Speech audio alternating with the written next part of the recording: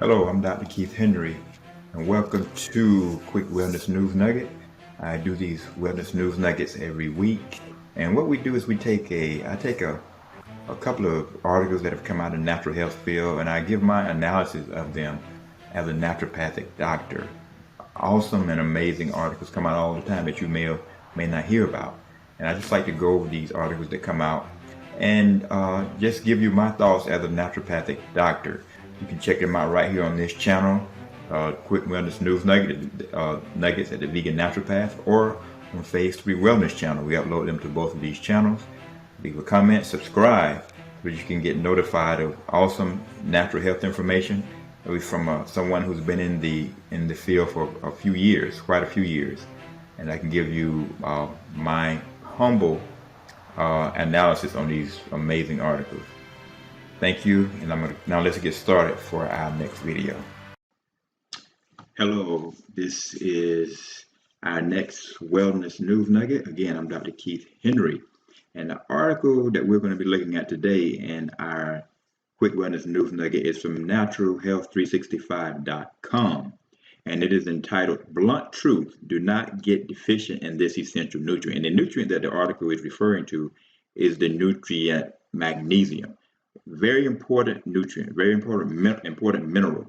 And the article begins by telling us the importance of magnesium, just how important specifically it is.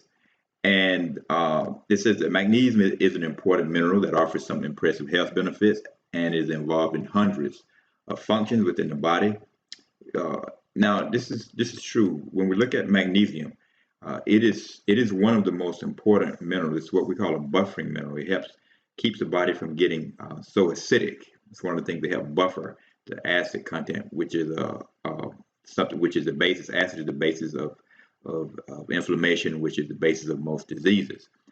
The article references the National Institutes of Health Office of Dietary Supplements, and it says, according to the National Institutes of Health Office of Dietary Supplements, the magnesium citrate, aspartate, lactate, and chloride appear to be more bioavailable than magnesium oxide and magnesium sulfate. So it goes into talking about a few different types of magnesium, some of the ones that are considered more advantageous or beneficial to us as human beings, some of them being more absorbable by the body. As it points out here, saying that this means that they are more basically bioavailability means they're more easily absorbed by the body and consequently can actually be put to use for food. It also talks about how the NIH, again, National Institutes of Health, go on to talk about how it says, according to the NIH, this form, along with magnesium chloride and magnesium carbonate, is most likely associated with diarrhea and abdominal cramping, and it's referring to the form of magnesium sulfate.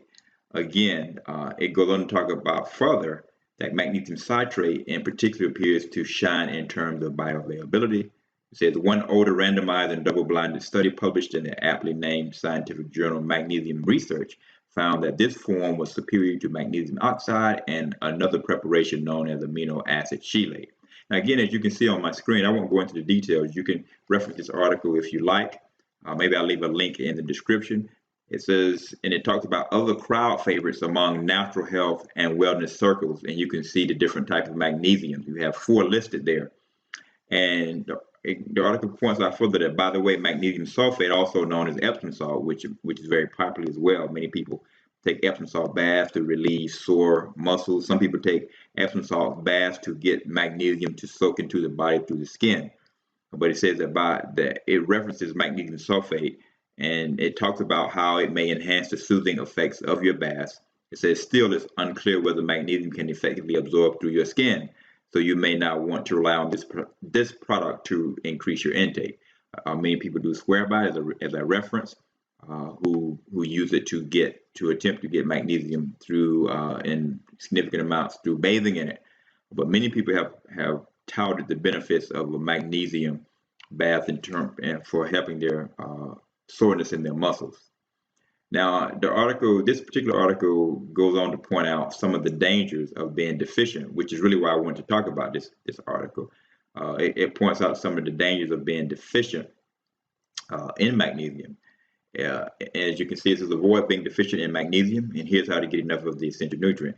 It says magnesium deficiency or even subclinical deficiency. Now, what's subclinical deficiency? That means that you may go and get a test, and it shows that your magnesium levels are where they should be, when in fact, as far as your body is concerned, you may actually be deficient. It's just not showing up in your blood work. So that's what it means when it says being subclinical deficient.